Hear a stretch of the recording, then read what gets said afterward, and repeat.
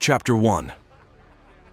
Release your dogs, the referee said, as the men in the corners let go of their pit bulls. Standing on one side was of the wooden box ring was South Carolina native, Garrod Brown. He had tight-bred Chinaman dog Rex that had won 2 matches already and was going for his championship win. Solid black with just 1 speck of white in his chest, Garrod dog was screaming to get loose before the ref gave the release command. On the opposite side of the ring was a guy from northern North Carolina that had a champion dog with a well-known reputation.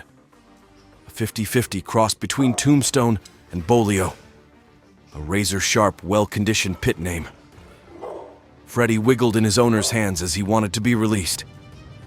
Eyes wide open as the dogs met in the middle of the ring like 2 Amtrak trains, the spectators begin to choose sides. Fighting at 47 pounds for the first time, Rex took hold of Freddie's front leg near his ankle. Garrod normally matched Rex at 44, but felt like he could handle a 45-pound pit just as easy as the 44. And for the first 5 minutes, Rex was barreling into the shoulders and chest of the Bolio dog. The guy that handled Freddie was rather quiet at first, as it seemed his hound had finally met his match.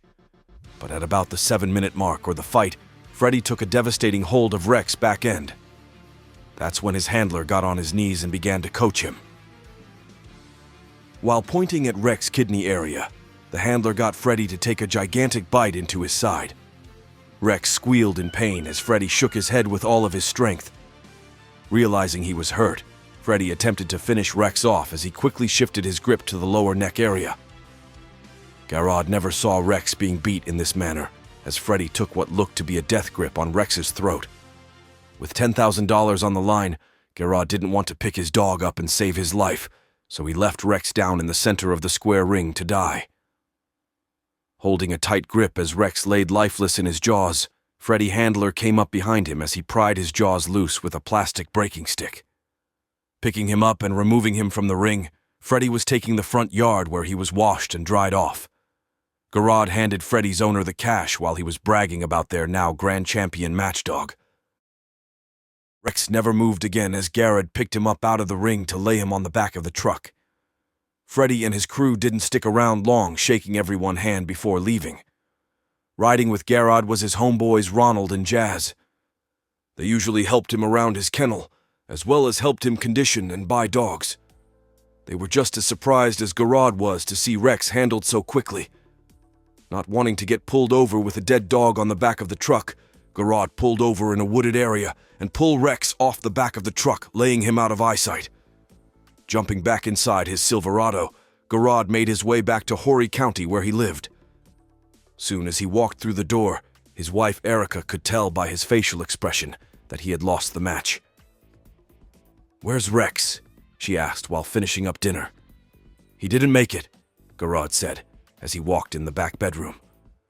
Following him into the room, Erica wanted to know more about what happened. Rex was her favorite dog in the kennel, especially after he brought home a total of 20 grand between 2 fights. Erica wasn't fond of dogs at all until she met Garrod at a club in Florence, South Carolina a few years back. And after helping Garrod around the kennel here and there, she began to take liking of certain dogs on the yard. So to hear Rex had been killed was sad news to her as well. Sitting on the side of the bed with his head down, her man was more worried about finding another dog that could win money than the money he just lost. Later that evening, while cuddled on the couch with Erica, Garrod received a call from his boy Jazz. He found a guy in southern South Carolina that had some pit bulls that had a reputation of fighting for hours, off natural wind with no conditioning. When he heard the news, Garrod told Jazz to let the guy know they were coming to check his kennel out the next day.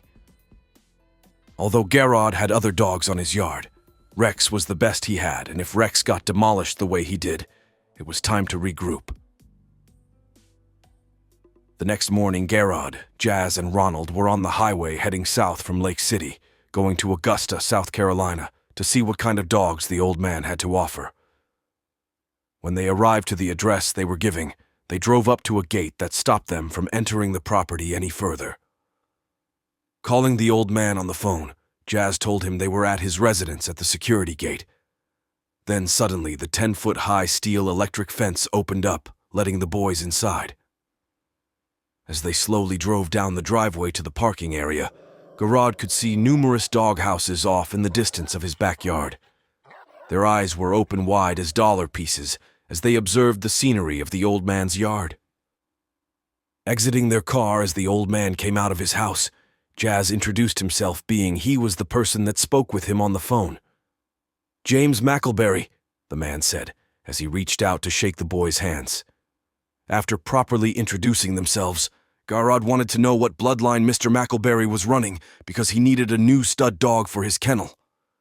Walking into the large wood-gated backyard following behind the old man, Garrod's mouth dropped open when he saw how his kennel was set up. There was a light brown, or what is called buckskin male, with a big head at the front of the kennel entrance. "That's my old boy Mars right there. He's a pure red boy dog and one of my best studs on the yard," Mr. McElberry said as they continued to walk through. Finding out he was working the Frisco Chinaman dogs, Garrod knew the man. Dogs would be hard biters, but he wasn't sure how game the dogs were because he heard so many stories about that strand of dog quitting in fights after about 45 minutes. Just like any other dog man, Mr. McElberry assured the boys his dogs were as game as they come. Walking past two black dogs, they reached a path that led to another, dark brown red-nosed pit bull. "This is the dog you're looking for right here, buddy. He is 75% red boy, and a quarter of that old Colby blood," Mr. McElberry said. Standing in front of the energetic bulldog, Garrod looked closely at his physique, seeing muscles bulge from his shoulders. The dog was barking non-stop as if he knew the guys were talking about him. Reaching down to pet the exotic bulldog, it was looking like they were going to be taking him back to Horry County. Jazz wanted to look around at the rest of the dogs, claiming he needed a male ready to put in the box. While Jazz and Ronald strolled through the yard, Garrod and Mr. McElberry went inside his house to get the papers and registration for the dog that was named Deacon. Bulldog after bulldog, the guys walked past looking for that special one. When Garrod and the old man came back out the house, Jazz still hadn't found one he wanted to buy. As the old man took Deacon off the chain and passed the leash over to Garrod, the dog went crazy, snarling and growling as he attempted to get at any dog he was close to. He was friendly as it can be with people and great with kids, but he would kill another animal. When they put him in the kennel crate on the back of the truck, the dog shook the box side to side as he tried to get out. Warning him not to let Deacon get close to any dog he cared for, Mr. McElberry stood in his yard waving the guys off as they drove away from his property. Chapter 2. While the guys were on their way back to Aner, South Carolina with Deacon, Garrod's girlfriend Erica was about to get a surprise at the house. Little did she know there were 3 guys in her backyard about to steal Garrod #1 producing bitch from the kennel. Not only were they trying to steal the dogs, they were breaking into the house as well to see what they could find of value laying around. Knowing the Garrod was gone out of town to buy a pit bull, the guys took their time making sure they got the right girl dog from the backyard before attempting to enter the house. The mastermind of the plan was named Larry. He was friends with Ronald. The night before the boys left to go see the Mr. McElberry, Ronald had told Larry he was riding out of town with Garrod to check out some dogs. But Ronald didn't think Larry was going to come steal Garrod's dogs. Hearing the dogs out back in the kennel barking like crazy, Erica thought one of the dogs must have gotten loose. So she walked to the back porch and looked out to the yard. She didn't see anything out of the ordinary, so she attempted to turn around and walk back inside the house, when suddenly Erica was grabbed from behind and put in the chokehold. "Don't move, bitch, or I will break your fucking neck," Larry said as the guys he was with entered the back door of the house. Scared to death, Erica tried kicking and fighting to get loose, but Larry was too strong for her to get free from his grip. Covering her mouth so she couldn't yell, he put his pistol to her neck so she could feel the cold steel on her skin, calming down so she wouldn't get killed. Erica begged for her life while in Larry's arms. Not staying in house but a few minutes, the other guys came out with a small bag with 4 pounds of kush inside. Pushing Erica down on the porch to her chest, Larry and his boys darted off into the woods where they had their car parked waiting. Not even realizing that the guys took any of the dogs, Erica went inside the house immediately, calling Garo to inform him what had just took place. Still hours away from home, Garrod told Erica to leave the crib and go to his sister's place until he got there. Driving as fast as he could without getting pulled over, Garrod's sweaty hands gripped the steering wheel tightly as he made his way back to Ainur. When Garrod pulled up in his yard, he slammed on brakes, jumping out of the truck, leaving the door opened as thick weed smoke spots seeped from out the vehicle.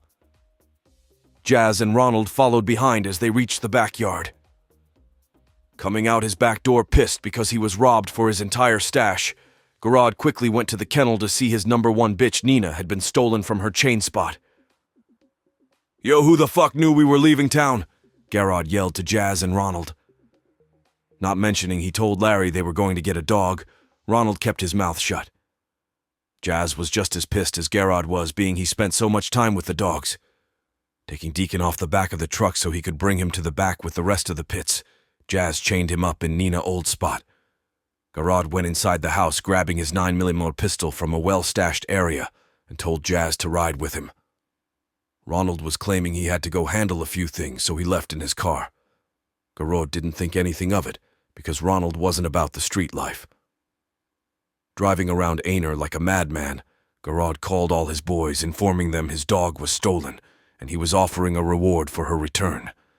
He never mentioned anything about being robbed as well, because whoever had the dog was the man he was looking for. While he was ripping and running through the countryside looking for his bulldog, Larry was in the outskirts of Georgetown, South Carolina, making money off the weed he took from Garrod and Erica. He wasn't into dogs and just stole Nina because he knew he could get big money for her. She was on a yard in Lake City, South Carolina, after being purchased by a guy named Sal. He was in the dog game deep, but didn't know Garrod, who was up and coming. Sal was a big-time dope dealer that had a reputation of putting 5 figures or better on his dog matches. He had a grand champion that was known to kill dogs in less than 30 minutes, named Bull. And although Sal didn't know Garrod had heard of Sal and his champion dog being Lake City, wasn't far from Ainur. Days had gone by and he still hadn't heard anything about his Nina. She was a pure red boy dog Garrod had purchased from an old dog, man named Mr. Tenshaw. Garrod sold her puppies for $500 each every time she had a litter, but if he would have bred her to Deacon, he would get $1,500 easily. With all his weed gone and bills due, Garrod started thinking maybe buying Deacon wasn't the smartest thing to do. Chapter 3. While Garrod, Jazz, and Ronald were trying to find somebody to buy a few of the dogs off the yard to come back up, Erica was with one of her girlfriends, Megan, that just so happened to live in Lake City. Riding through the city as her stomach started to growl, Erica pulled over to McDonald's. At the same exact time, Megan received a call from her friend Tracy. She wanted Megan and Erica to stop by her house for a few minutes, claiming she wanted to show her something. Megan agreed, so after making sure their French fries were good and hot, they drove over to Tracy's place. Once they arrived on the other side of town, Erica pulled in Tracy's yard and parked. Seconds later, Tracy walked out the front door smiling from ear to ear. Getting out of the vehicle as she walked over to the car, Megan and Ursia was blinded by the sparkle from the ring on the finger. Tracy stuck out in their faces. Happy for her friend, Megan hugged her tightly as she congratulated her. This is where the game got interesting because Tracy's fiancé was Sal, the same Sal that had purchased Garrod's dog Nina from Larry. But the crazy part was that Erica thought she saw their dog Nina in the backyard, but she thought her eyes were playing tricks on her. When she and Megan drove off, Erica couldn't stop thinking about the dog she saw from the distance. For the rest of the evening, Erica's thoughts kept drifting back to the dog she saw at Tracy's house. She never told Megan what was on her mind, but it was obvious that she was thinking about something deep. Back in Ainur, Garrod had come to the fact that he wasn't going to find Nina. After finding someone to buy 3 of his younger dogs, Garrod had enough money to get 5 pounds of triple OG Kush, which allowed him to pay his bills, his new dog.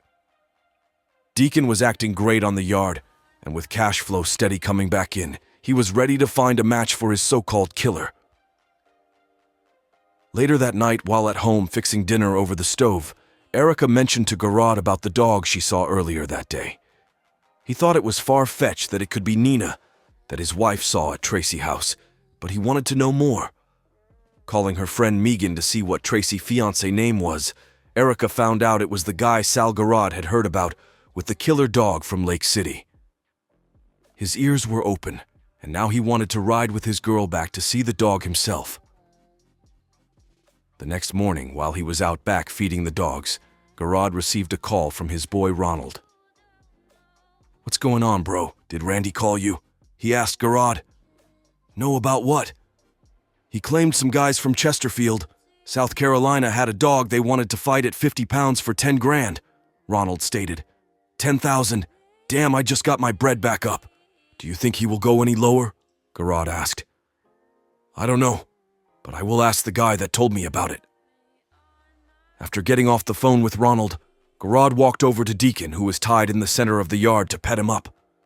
The dog was full of energy and ran his chain spot back and forth so much he was beginning to make a trench around the haze area. You ready for some action, boy? Garrod asked the red pit bull as he rubbed his head and chest, as if he could understand what his owner was asking of him. Deacon wagged his tail back and forth while he jumped up and down on the chain. He was the kind of dog that never stopped moving, it seemed. When all the dogs were fed up and watered, Garrod got in his car and went to his homeboy Jazz crib, which was a few miles away. Telling his boy what Erica told him, Garrod said he at least wanted to see the dog she was talking about. Jazz thought he was going on a wild goose chase, but was ready to roll to Lake City whenever he got ready. When Ronald finally called Garrod back about matching his dog into the boys from Chesterfield, he had good news. They agreed to match their dog for $7,500, claiming it would be easy money. Ronald told the guys they needed to come down that Saturday to lock it in and put down the forfeit for the fight.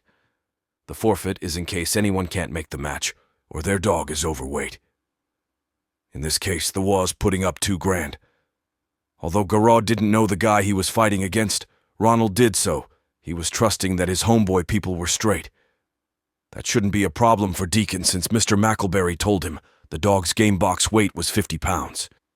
And even though Garrod hadn't seen him fight at all, he had confidence in the old man's word. Not knowing a single thing about the Chesterfield boy's dog, Garrod told Ronald to see what he could find out about One the Hound so he could properly prepare. At the same time, Garrod was at Jazz's crib. Erica was sitting on the front porch of their house when a car passed she thought she recognized. 5 minutes went by and her brain was boggled because she couldn't figure out where she saw the car at before. Then, as she got up to go in the house, it hit her like a freight train. That's the same car that passed by her house about 30 minutes before. She was robbed days ago. That freaked Erica out as she walked inside, closing the door behind her. Calling Garrod as she went in the kitchen, she peeped out of the blinds, but the car was gone. Where are you? She asked. Garrod. Hearing the fear in his wife's voice, Garrod hurried back home, but the car never came back through by their crib the rest of the evening. Chapter 4. 8 weeks later, things were back to normal around Garrod's place. He was about to find out what his Deacon dog was all about. The Chesterfield boys came to town in 2 SUVs.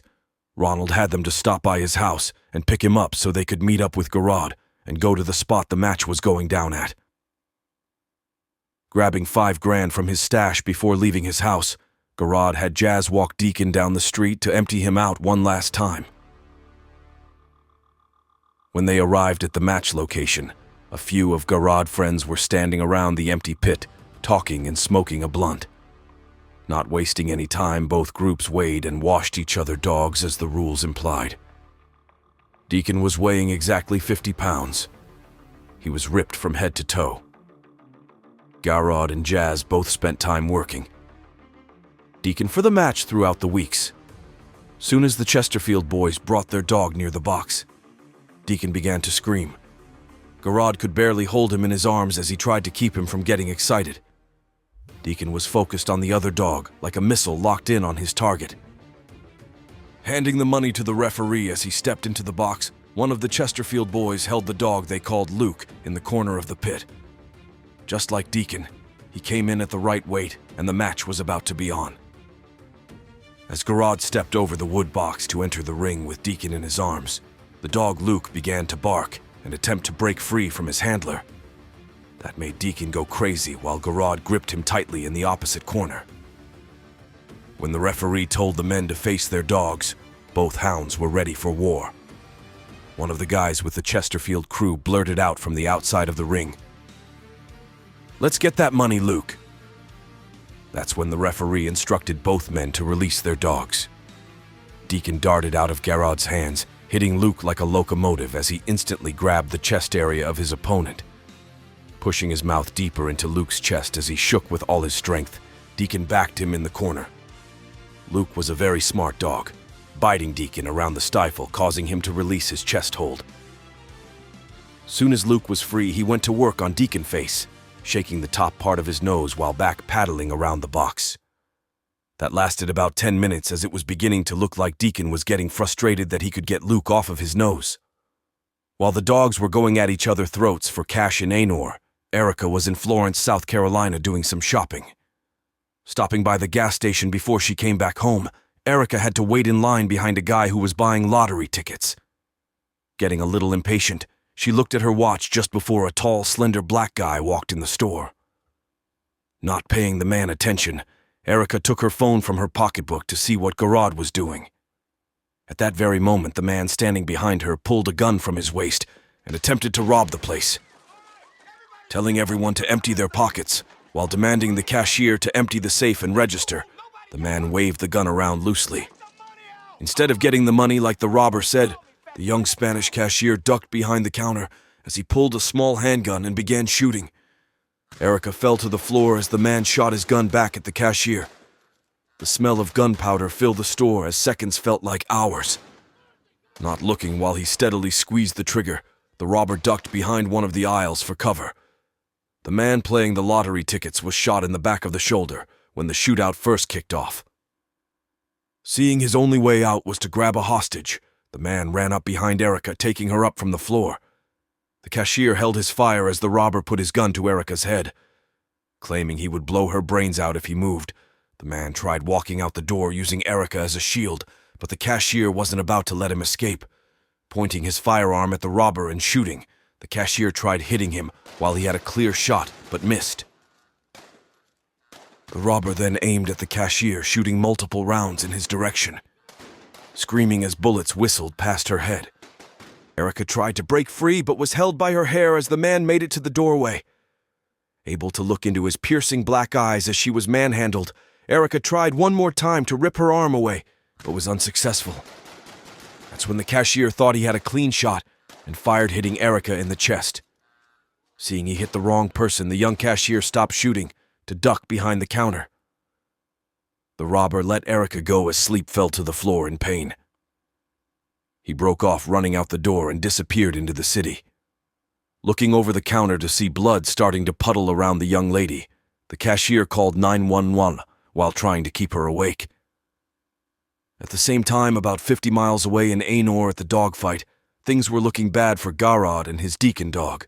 The Chesterfield boys' dog Luke had took total control of the fight since the 45-minute mark. Luke was biting Deacon so hard you could hear the grit sound of his teeth grinding against the bone. At times, Deacon would scream out while Luke was going to work on his legs, and although he was getting the shit beat out of him, each time Deacon came out the corner like he had a point to prove. When Garrod looked at his watch again, they were 1 hour and 20 minutes into the match. Deacon had holes in his shoulders that you could stick your thumb inside, but he was hanging in there with the brindle brown dog from out of town. After making a great handle grabbing his dog, taking him in the corner, Garrod tried to cool Deacon down because he was starting to overheat. It was a scratch, but Luke was in his corner, appearing to be finished as he sat still between his owner's legs. When the referee told the guys to face their dogs, neither pit made a move toward the other. It didn't matter if Luke came out or not because it was Deacon's time to prove his gameness. Soon as Garrod released him to cross the line, Deacon fell to his face. He was more tired than all outdoors. Panting hard as he tried to take in fresh, clean air, Deacon gazed across the box at Luke, who was calmly sitting in his handler's hands. The referee started counting and was at 4 of a 10 count when Deacon heard Garrod screaming for him to get up. With all the strength in his back legs, the dog, Mr. Mackelberry said, was game pushed his way across the box. Too tired to stand more than a second on his front legs, Deacon lounged at Luke, knocking him back against the wall in the corner. He made his scratch, and now it was Luke's turn. Seeing he was finished, Deacon gathered some energy to squeal in the corner, wanting to be released at Luke. And when the referee instructed the guy to release, Luke the pit bull turned away in an attempt to leave the fight. Picking the exhausted Deacon up and handing him to Jazz as he collected the cash from the referee, Garrod shook the Chesterfield boy's hands before blurting out, "It was nice doing business with you." Putting their dog back in his crate so they could leave, he saw he had a missed call from Erica. But when he tried to call her back, she didn't pick up the phone. Little did Garrod know, but his celebration would be short-lived, because while he was cleaning Deacon off to put him back on the chain, his wife was in a Florence gas station bleeding out on the floor. The ambulance had finally arrived at the gas station, and the paramedics were doing their best to revive Erica, who was unconscious. The officers on the scene were interrogating the cashier while getting the camera footage of the robbery. Holding her cell phone in his hand, one of the cops answered when the contact name read Hubby across the screen. It was Garrod, and when he heard the voice of a man answer his lady's phone, it instantly sparked a flame. But when the man speaking from Erica's phone said he was a Florence County police officer, and the woman that owned that phone had been shot in a gas station robbery attempt. Not believing what he was hearing, Garrod asked the cop, was she still alive? But the officer just told him that he needed to go to Florence McLeod Regional Hospital. Hanging up the phone as his heart dropped into his stomach, Garrod grabbed his car keys off the dresser and left his house speeding towards Florence. Sweat dripped down the side of his head, while his sweaty hands gripped the steering wheel ever so tightly. It was like a bad dream trying to keep calm when the love of your life was shot in another city. It took Garrod a little over 15 minutes to reach the hospital, where he parked and jumped out the car running towards the entrance. His blood pressure was elevating and his legs felt like they were getting too heavy to lift as he stormed through the front doors into the lobby. Chapter 5. Finding out Erica was in surgery at the time he left the receptionist desk, Garrod could do nothing but wait in the lobby. After calling Jazz and Ronald while he was waiting to see the doctors, his boys said they were on the way to the hospital. Both of Erica's parents were dead, but she treated her Aunt Darlene like she was her mother, so Garrod called her as well. It wasn't long before she ran through the doors of the hospital emergency entrance into the lobby where Garrod was sitting. His eyes were filled with water, causing Darlene to think the worst as she yelled out, "She's not dead, is she? Where's my niece?" Darlene started getting loud in the lobby, demanding to see her niece, but she had to wait just as Garrod did. Before the doctor came out of the operating room, Garrod and Darlene were visited by two plainclothes detectives. Explaining that they had an APB out on the guy that tried to rob the store, the officers tried to comfort the pair in the lobby as they waited. Then suddenly a man who appeared to be a doctor came walking towards the lobby. "Are you the family of Ms. Williams?" he asked Garrod and Darlene as he stood in front of them. "Yes, she is my wife, and this is her aunt," Garrod answered. Soon as the doctor said the word, unfortunately, Darlene started crying out. Erica didn't make it due to heart failure, which was caused by the large .40 caliber bullet that ripped through her flesh and muscle. Feeling lightheaded, Garrod leaned back in his chair to keep from falling forward. Darlene buried her head in Garrod's chest as she cried her heart out. My only niece, she said repeatedly, as Garrod held her in his arms. Unable to soak in what the doctor had just told him, Garrod trembled in anguish as his friends Jazz and Ronald came through the hospital doors. The bad news hit them just as hard as Jazz claimed he needed to take a walk to get some air. It was killing him to see his boy in that situation, knowing how happy Erica and Garrod were together. After leaving the hospital that night, Garrod sat in his house alone, grieving over his love. He wasn't a drinker, but he tried drowning his pain with a half pint of whiskey. Jazz, Ronald, and numerous friends tried calling to comfort him in his loss, but he wouldn't answer the phone. Holding a picture of Erica in his hand, as tears dropped onto the glass picture frame, Garrod yelled out to the Lord for help. Drowning in drunkenness, he began to talking to himself. And when he attempted to get up from the couch, highly intoxicated, he stumbled forward, losing his balance and hitting the floor. The sound of someone banging on his door is what woke him up the next morning. Still laying on the floor, Garrod, slowing, made his way to his feet. His head was hurting from all the alcohol he consumed the night before. And when he opened the door, Jazz was on his porch with another bottle of liquor in his hands. "What's up, bro? You okay? Motherfucker's been calling you since last night," he said as Garrod led him inside the house. "Nah, man, I'm fucked too. No need for me to lie. Some crackhead-ass nigga took my wife from me," Garrod blurted as he flopped down on the sofa. Smelling the alcohol reeking from his skin and the empty bottle on the floor, Jazz could see his boy didn't need any more to drink. He tried talking to Garrod but only got hard stares and cold silence. Realizing he wasn't leaving the house or being social, Jazz decided to leave and come back later. While he sat alone in his house, Garrod couldn't stop thinking about all the good times he and Erica had while she was living. Nothing mattered to him anymore. And for the first time in his life, he felt helpless and left for dead. As the days went by, Erica was buried. The weeks following her funeral were extra hard for Garrod, who was starting to feel like he was breaking down mentally. The only thing that even made sense to him was spending time with his dogs. He was beginning to see the real meaning of why dogs are considered man's best friend. Deacon had healed up from the fight against Luke and was looking good on his chain as he jumped up and down, wagging his tail. After telling Mr. McElberry how the dog he sold him won his first match, Garrod had to tell him the bad news about his wife. Although the old man didn't know Erica, he gave Garrod his condolences. He explained to Garrod how his wife died years back and left him an emotional wreck. He and Garrod spoke for hours. And when Mr. McElberry was done, Garrod was feeling a little better inside. One Saturday, not long after his wife passed away, Garrod got a call from Erica's cousin, Shamela. She was in town from Miami, Florida, and wanted stop by being she hadn't seen him in so long. Straighten up the house a bit before she arrived, he figured she was with her husband as before. But when Shamela knocked on his front door, she was alone. And when he swung his door open, his deceased wife's caramel complexion, thick hips, with a fat-ass cousin was looking into his eyes. "Well, can I come inside?" she asked.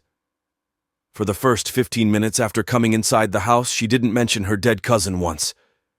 Claiming she and her husband were on the outs, Shamela asked Garrod could she stay there for a few days until things blew over. Insisting she would stay out of his way, she said divorce was intimate for her. And after she told Garrod everything she caught her husband doing, he was surprised, especially since Shamela's man didn't seem like the type to do what he did. And after a long conversation, she was granted access to the back bedroom where she took her suitcase. While Garrod was cooking something quick to eat, Shamela took a shower and came into the living room, dressed rather loosely. Wearing a pink t-shirt that stopped at her Coke bottle hips, her boy shorts had no problem arousing Garrod as he stood over the stove. "What are you, some type of dog breeder or something?" she asked as he walked in the kitchen. "Well, I got a few." "Nigga, you got more than a few. When I got out the car, it sounded like you had a dog shelter in your backyard," she responded. "What, you don't like dogs?" he asked. "Nah, actually, I love dogs. What breed do you have?" "Oh, let me guess, pit bulls." "You know it." "Do you fight your dogs?" Shamela asked, looking him directly in his eyes. "Nah, I don't do any fighting," Garrod answered, knowing he was lying his ass off. Sitting at the table as they ate, Garrod was getting the feeling that Shamela was pushing up on him. How could she be in her dead first cousin house and not even give her condolences one time? It was like she didn't care or was waiting for her opportunity at her cousin man. Although she had a I don't give a damn attitude, she did ask Garrod not to let their Aunt Darlene know she was staying over there, Claiming she would tell her husband where she was, and he would come looking for her, Shamela said she didn't want to see him anymore. Garrod didn't want to get involved with her marriage problems, but he knew if Erica was living, she would let Shamela stay at their house. After eating, Garrod poured up a glass of wine for the both of them, as the conversation led deep into the night. Chapter 6. About 3 o'clock in the morning, while he was hard asleep, Garrod was awakened by the sound of dogs barking. Hurrying out of his bed while grabbing his .38 Special, he went to the back door. Quietly opening the door as he stepped out on his patio, Garrod could see the dogs at the back of the kennel, barking at something or someone in the woods. Shamela was still asleep in the bed while he was creeping behind his shed to get a better look at what the dogs were barking at. That's when it happened. Someone jumped the fence and attempted to grab one of the dogs of the chain. "Yo, what the fuck you doing?" Garrod yelled as he aimed his gun. Stopping in his tracks when he heard a voice, the man let go of the dog collar, pulling a handgun from his waist as he tried to jump the fence to escape. Firing one shot from his revolver that was aimed at the man as he jumped back into the shadows, Garrod ran into the kennel entrance. By that time, the guy stealing the dog was nowhere to be found. He vanished into the woods empty-handed. Garrod checked all his dogs, making sure they were there before going back into the house. As he passed through the den area, he was met in the hallway by Shamela, who was wearing red laced lingerie. "What's going on? I heard gunshots," she asked, standing in front of Garrod as her hard wearing. Explaining that someone was trying to steal dogs from the kennel, Garrod didn't give Shamela the attention she seemed to have wanted as he went to his bedroom. Calling his boy Jazz to tell him about the dog thief, Garrod laid back on his pillow as he flipped through the television channels. Just as his eyes were about to close shut, he heard the sound of his room door opening. It was Shamela. Walking towards his bed as her oily brown skin glistened off the light from the TV, Garrod could see she had other motives. "What's up? You know you don't need to be in here," he asked as she climbed into his bed, putting her finger over his lips. Not saying much more as she gently brushed her tongue around his belly button, Garrod closed his eyes while Shamela gave him a surprise he wasn't expecting. The next morning when Garrod woke up, Shamela wasn't in the bed. Lying under his super comfy blanket watching television, he figured she went back in the back bedroom, but when he finally got up, he realized she had left the house. Her car was gone and she wasn't answering her phone. Thinking she may have had a change of heart and went back to her husband, Garrod closed the door and went back to bed. Later the afternoon, while out picking up a few bags of dog food, Garrod was approached by a man from behind. It was Shamela's husband, Carl. "What's up, big dog? How you been?" he asked with a rather serious look on his face. "Can't complain, my man. How's the family?" Garrod asked. "Everything is good. Everyone is well," Carl responded, appearing as if he desperately wanted to tell Garrod something. Besides what came from his mouth, Carl gave him a stiff dap and hard gaze as he turned and walked away. After leaving the store, Garrod decided to stop by his boy Jazz's crib, and although he had a wet night with Shamela, things weren't adding up right. He noticed how Carl was sizing him up and the harsh looks he gave him. He was getting the feeling Shamela's husband knew she was at his house last night, and she still wasn't answering her cell phone. Problems with Carl is what Garrod didn't want. Carl was a big-time player from North Charleston, South Carolina. He was connected with some heavy dope boys from Panama City, Florida. Word was that they would kill anyone that got in the way of their money, and Carl was their #1 money man in South Carolina. So Garrod knew if he found out his lady was getting smashed the night before, Carl would have him killed. When he told his boy Jazz what happened the night before, he warned Garrod that he was playing on dangerous ground and needed to watch Carl. Hearing how Carl approached Garrod in the store, Jazz knew that wasn't the last time they would see him. Changing the subject, Garrod started talking about the kennel and how good Deacon looked in his match against the Chesterfield boys. Jazz agreed and thought they should start looking for his second match, being he didn't suffer any major injuries from the match with Luke. Seeing how game, Jazz was willing to put 10 grand of his own money up for his next fight. Getting up with their partner Ronald, the boys decided to have a cookout at Garrod Place on the back patio. Jazz invited a few ladies as well as some guys he knew from Conway and Myrtle Beach. Ronald was doing the cooking while Garrod was handling in a few things around the yard that needed to be tended to. Just as the smell over barbecue began to reek in the air, the boys got the first guest, but it wasn't who they was expecting. Stepping out of her red Maxima dress to kill was Shamela. And she wasn't alone because getting out of the passenger seat was a model-shaped, pretty brown-eyed chick named Kayla. She was from North Carolina but moved down to Myrtle Beach a few years ago. Best friends, the girls walked up the steps to the porch to knock on the front door as the scent of good eating was creeping into their nostrils. "Damn, it smells like someone is cooking good," Kayla said to Shamela. On the back patio, Garrod and the boys didn't know they had company on the front porch. And after no one came to the door, Shamela decided to walk around back to see if Garrod was at his dog kennel. "I see we showed up at the right time," Shamela said, as she stepped up onto the back patio. Surprised to see her back again, Garrod grabbed a couple porch chairs, sitting them out for the ladies. Never seeing her friend Kayla before, Shamela introduced her to Garrod, Jazz, and Ronald. Unlike Shamela, her friend Kayla had something in common with Garrod. She was the girlfriend of a big-time dogfighter in North Carolina, so she loved pit bulls. It wasn't long before a few of Jazz's friends pulled up with a couple bottles of Remy Martin and whiskey. The party was just about to crank up when Kayla thought she saw Shamela's boyfriend, Carl's car, pass by Garrod House and turn the curb. Hearing that had Shamela paranoid, looking over her shoulders as if she just robbed a bank. She never said anything to the boys about who Kayla thought she saw. And at the end of the night, when everyone was half drunk, stomachs full, and about to leave, Shamela was scared to drive away from the house. She never saw her husband's car with her own eyes, but she had a gut feeling that he was somewhere close by, waiting for her to leave. And her intuitions were right, because soon as she and Kayla were out of sight of Garrod's house, she saw a car speeding up behind her in the rearview mirror. Her heart raced as the lights got closer and closer. Unable to outrun the car without getting in a wreck herself on the curvy roads, Shamela let off the gas, reducing her speed down to 45 miles per hour. Then suddenly the car behind her attempted to pull up beside their vehicle. That's when she got a clear look at the car. It was Carl, and he appeared to be pissed off. Looking over at his car as the passenger window rolled down, Shamela locked eyes with her husband.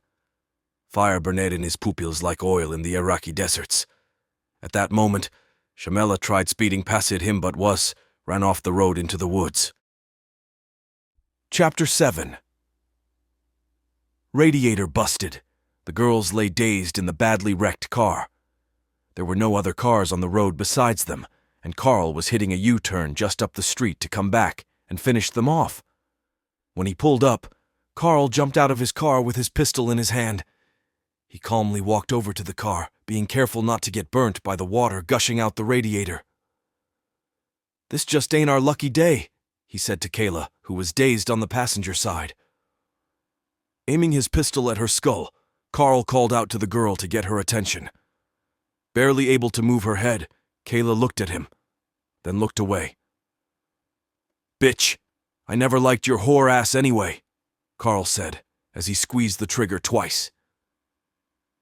Falling over in the seat as blood flowed from her head, like the Niagara Falls, Kayla died instantly. Carl ran to the driver's side and opened the door, taking Shamela from her seat. Unable to stand on her own, Carl helped his injured wife to the passenger seat of his car and drove off. Shamela was so out of whack, she didn't know where she was at when she did come to her scenes. A tad bit, she was too weak to do anything but moan. While Carl was taking Shamela to who knows where, Jazz and Ronald were cleaning things up around the house. Garrod thought it was odd the girls weren't answering their phones, so he continued to call long after his friends left, but only got the operator. When Jazz and Ronald rolled out, they didn't even notice Shamela's car wrecked in the shadows of the dark on the side of the road. Kayla's body laid in the front seat as rigmarole stiffened her limbs. Not even the cars riding down the road throughout the night spotted the badly damaged vehicle at the edge of the woods. The road was so dark, and the car was in the woods just far enough for the rear lights to be covered by the bushes. The next morning, Garrod was up early when he noticed a police car pass by his crib. By the time he made it to his front door, another patrol car passed by his place. Thinking the cops were going to the neighborhood miles down the street that was known to be a crack spot, Garrod realized he was wrong when he backed out his yard and saw flashing lights a little over a mile past his house. Having to drive in that direction anyway, he slowly made his way down the street, approaching the emergency vehicles. Cops were everywhere. Some were around the car in the woods, while others were walking along the side of the street looking for clues. Driving slow enough to look off into the woods where the wrecked car was, is when Garrod could see the back of Shamela's Dodge Charger. "What the fuck?" he said under his breath as he passed by the scene. Soon as Garrod turned the corner and was away from the cops, he pulled over at the gas station and called Jazz. "Yo, man, I just passed a Shamela car in the woods with yellow tape around it. Dog, it was so many cops out there, and I'm dirty so I couldn't stop," he said. "Bro Shorty was saying something about Shamela had to leave because of some crazy shit. She really didn't go into details, but I know it probably had something to do with her husband," Jazz responded. It didn't take long to come to the conclusion that things had gone horribly to the left. Garrod tried once more to reach Shamela's cellular, but it was turned off. Later that afternoon, while he and Jazz were out in the kennel vaccinating all the dogs, Garrod received a call from a private number. When he answered, nobody said anything. Although he could hear a little rumbling in the background, nobody said a thing. Then suddenly, whoever was on the other line hung up the phone in his ear. Unable to concentrate after he received that phone call, Garrod went inside the house arming himself with his pistol before coming back out to finish the kennel work. And after he told his boy about his strange and stalkerish phone call, Jazz was ready to go out and find Carl. Although he wasn't for sure about who was on the other end of that creepy call, he knew it had to be Carl, or someone he was affiliated with. But unlike his friend, who wanted to load up the guns and go hunting, Garrod wanted to lay low as if he was running from someone. Staying around his crib for the remainder of the evening, Garrod kept his pistol close. Jazz left, insisting he come along, but the boy wanted to play close to home plate. Chapter 8. The Jook. With his wife being murdered in a gas station robbery, Garrod could only imagine what had become of her cousin Shamela. The local authorities put up a $1,000 reward, which was announced on the news, for anyone who had information that would lead to an arrest. A couple weeks had passed and tension was still in the atmosphere. Things weren't the same around the house for Garrod as he tried to make sense of everything that had unfolded. Some say time heals wounds, but this was a wound that would leave a permanent scar. Having to take a litter of pups to the vet, Garrod decided to stop by Ronald's place on his way back home. As he pulled in the driveway, he noticed a black Chevy parked on the side of the house. "Ronald must have gotten a new whip," Garrod thought to himself as he walked up the steps to the front door. Taking longer than normal to answer, when the door did swing open, it wasn't Ronald letting him inside. It was Larry. Yes, the same Larry that robbed Garrod for his dog Nina and the pounds of exotic. Garrod didn't know Larry, and Ronald didn't know his boy. Larry had robbed Garrod. "Damn, I'm glad you stopped through. I needed to holler at you about Deacon," Ronald blurted out as he continued fixing on the kitchen ceiling fan. "Man, I told them boys he wasn't for sale," Garrod quickly responded. With his guards down, not expecting any bad company at Ronald's place, he began a deep conversation about his future plans for Deacon. Larry wasn't a dog man, but had a few things to say about some of his friends' pit bulls. At this point, Larry was side-taking, trying to get info about the lines Garrod had without making himself look suspicious. Ronald was connected to some guys that were well known in New York dog circuit and wanted to bring their dog to the south to catch wreck. There was only one problem. Their dog was a little lighter than Garrod's dog Deacon. Ronald explained that the guys wouldn't budge on the weight and would bet any amount they could afford. This meant Garrod would have to drop Deacon into the 48 pounds. This wouldn't be an impossible task, but Mr. McElberry told Garrod Deacon was a natural 50-pounder. Needless to say, he insisted Ronald set up the show, claiming the up north boys don't know what a bulldog looked like. the entire time while speaking his opinion. Larry was plotting on Ronald and Gerard. Ronald didn't know Larry long. In fact, he only knew him for a few months after meeting him at a local high school basketball game. Only knowing one side of a man with many faces, Ronald had no idea Larry was in the streets. As far as he knew, Larry was a party promoter. Gerard didn't stay long, realizing he had to get the pups back to the house, but the damage was done. Larry had enough info about Deacon's next match. Against the New York boys, being Ronald did everything but lock in a forfeit, while Gerard was at his house. A month had gone by since speaking to the guys upstate, and Gerard was ready to set the match date. Deacon was cleaned out for worms and any other parasite that could hinder his performance in the coming weeks. And although Jared didn't hear anything from his new adversary, Carl, he was still on point. While Gerard was taking advantage of the down south spring heat by working his dog during the hottest part of the day, his homeboy Jazz was about to find himself in a sticky situation. Unlike Gerard and Ronald, who worked a regular 9-to-5 job, Jazz had his foot in the streets. And while his boy was putting unbelievable air in Deacon, Jazz was plotting on a guy that had just moved to the city from Georgia named Mike. Hearing he had the connect with uncut pink Peruvian cocaine, Jazz had a mutual friend, Brian, to place an order for 36 ounces, which is a kilo and no chump money. "What the fuck is taking this nigga so long?"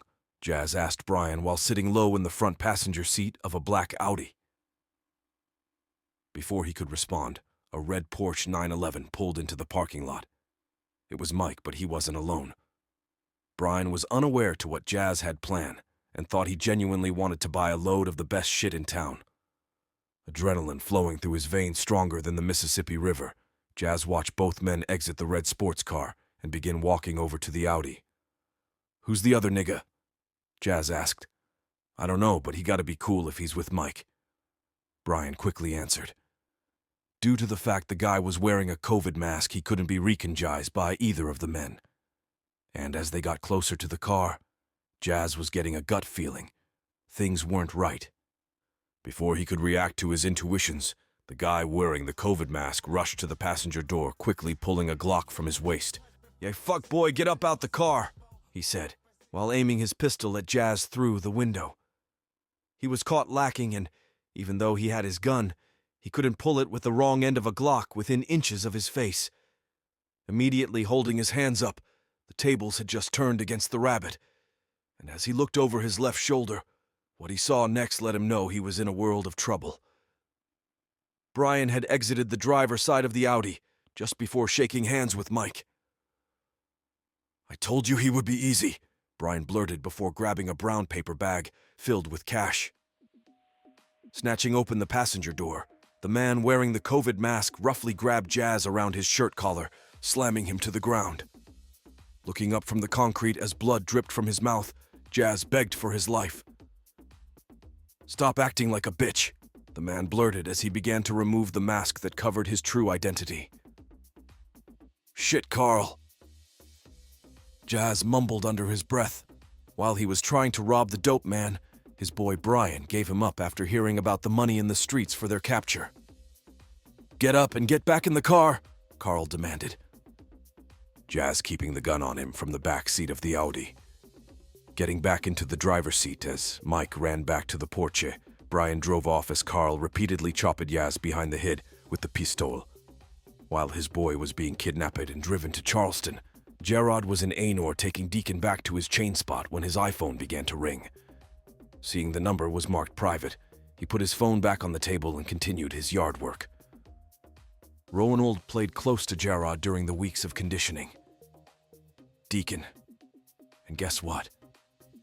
Larry was right there tagging along. He was acting as if he'd never been to Gerard house before, knowing he had just robbed Erica and stole his dog Nina months before. He was even helping with the road work. Days had gone by and neither of the guys had heard anything from Jazz. And that wasn't normal, being he called Gerard on a daily basis. Needless to say, days turned to weeks and the showtime date was creeping up fast.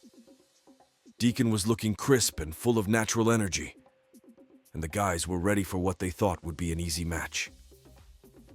Still grieving over his tragic loss, Gerard met a woman named Sarah at the grocery store and made plans to meet her at the steakhouse in Myrtle Beach later that evening. And when 7 p.m. rolled around on his citizen watch, Gerard was turning into the parking lot of the restaurant. Chapter 9. Something smells fishy. Screams of pain echoed through a low-lighted abandoned house in Charleston as Carl swung the Louisville Slugger, hitting a badly beaten Jazz in his already broken hand. "I don't know what you're talking about," Jazz yelled, while Carl continued beating him senseless. "Maybe he's telling the truth, see?" Mike stated as he stood back in the doorway of the room. "I'm going to ask you one more time. Where's my shit?" Carl yelled just before knocking Jazz. Completely unconscious, what Carl didn't know was that Jazz had no idea what he was ripping and raving about. To make a long story short, Carl's wife Shamela ran off with his load of heroin. Once Carl tracked her down at Gerard's place, he linked Gerard and his friends to his missing drugs. And when it came to killing for what he believed in, Carl would pull the trigger with no hesitation. He's the kind of guy you don't want on your bad side. Coughing up blood as he came back to his senses, Jazz continued pleading his innocence while begging for his life. But no matter how convincing he sounded, Carl was stuck on the fact that his wife spent several days at Gerard's place, so all through the night the beating continued. The next afternoon, over 100 miles away in Myrtle Beach, Gerard and Sarah, Ronald, and his wife Sabrina were out on the town having dinner when Sabrina's cell phone rung. It was one of her friends that had agreed to watch their 4-year-old son, little Ronald, for a few hours. Diagnosed with a bad heart, little Ronald was on the waiting list to get a transplant, and that's never a quick process. Informing Sabrina that her son was fast asleep, Tisha suggested they not rush back and enjoy themselves. Over the next few days, Gerard and Ronald were making sure Deacon was ready for his upcoming show. Muscles ripped like Lance Armstrong, but without the juice, Deacon was ready for action. While the guys were finishing Deacon's conditioning program, their opposition was upstate New York, with a dog named Ranger hanging from a digital scale. Owned by native New Yorker Sydney, Ranger was a champion going for his 5th win. He had stopped all 4 dogs in less than 45 minutes combined, so Sydney was overconfident that he would stop the dog down south in the same fashion. Plus the fact that his kennel partner was the famously known Paul Jacobs, Sydney was certain things would fall in their favor when it was all said and done. Back in South Carolina, with less than 48 hours left until the dogs were to meet in the box, Gerard was enjoying one hell of a day starter breakfast prepared by Sarah when he saw Ronald Carr pull in his driveway. Things were about to get heated. Explaining that Carl called his phone 30 minutes before bragging about how he had Jazz in an uncompromising situation, terror was written across Ronald's face. "I could hear Jazz screaming in the background," Ronald blurted out to Gerard as he got up from the kitchen table walking to his bedroom. Sarah had no idea what was going on due to the fact that Gerard never told her about his deceased wife Erica's cousin and the drama that followed her, and he wanted to keep it that way.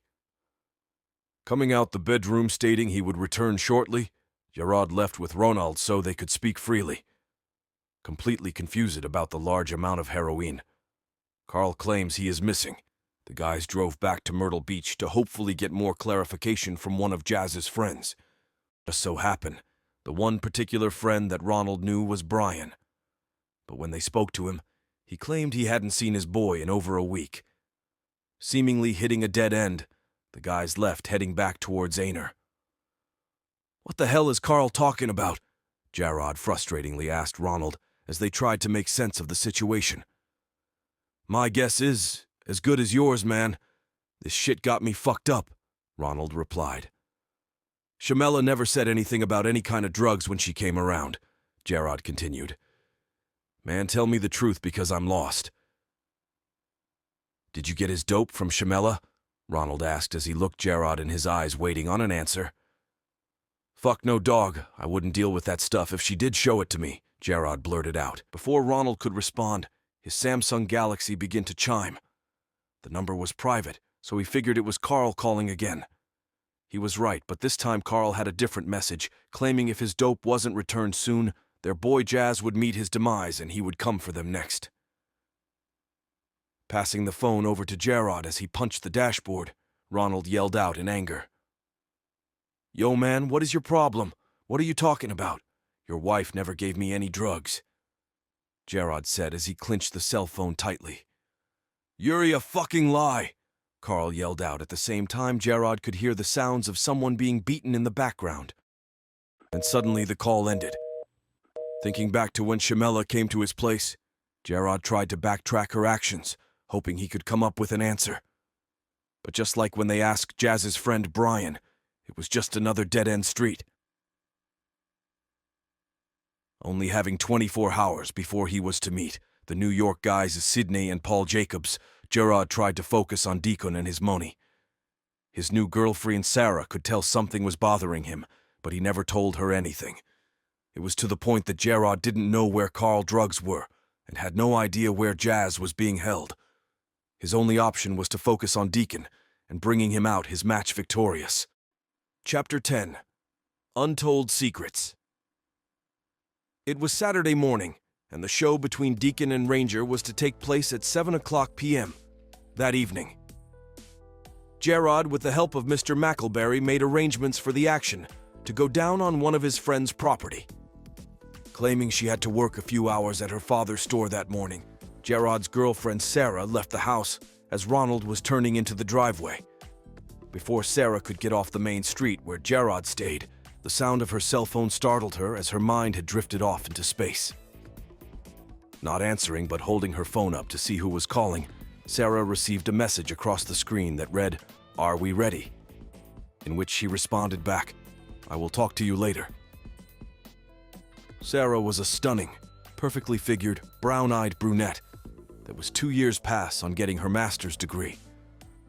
Originally from New Jersey, her family moved to Myrtle Beach while she was just a young girl. She graduated Myrtle Beach High and later enrolled in the University of South Carolina. When Sarah arrived at her dad's store, she received another text that read, "Is it a go?" She quickly responded no before walking to the back of the store to put her pocketbook in the office. Sarah's dad wasn't gone 30 minutes before she received another text, but this time it was from Gerard. He was letting her know he was loading his dog Deacon up on the truck to head down to the Augusta area where Mr. McElberry lived. Gerard never spoke about fighting dogs around Sarah, but did mention his good friend Mr. McElberry in a few of their conversations, especially how Mr. McElberry helped him during his time of grief. Texting him back, insisting he drive safe on the highway, Sarah walked to the entrance, locking the door before heading back to the office. Once she was certain she was alone, Sarah decided it would be the best time to call Brad back.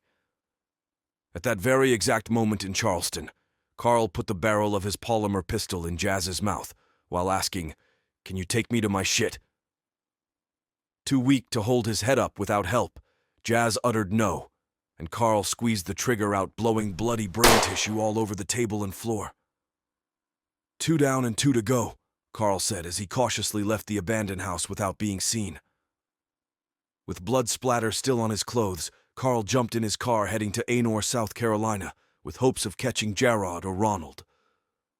While he was on the highway coming to Horry County searching for his drugs or death, the guys, after picking up Larry, were on the highway heading to Mr. McElberry Place in Augusta. Yes, the same Larry that has been plotting on Gerard the entire time was heading to the match off the strength of Ronald, but Ronald being Ronald, and always in the blind, he didn't recognize a move being made on him by his so-called boy Larry. Unlike their competition Deacon and the guys who only had a 3-hour ride to Mr. McElberry Place, Sidney and Paul Jacobs had a 13-hour ride with Ranger. So being the inexpert in his field, Paul Jacobs had Sidney to drive down to South Carolina a day before, in which he was waiting in a hotel in Augusta until he got the word from Gerard.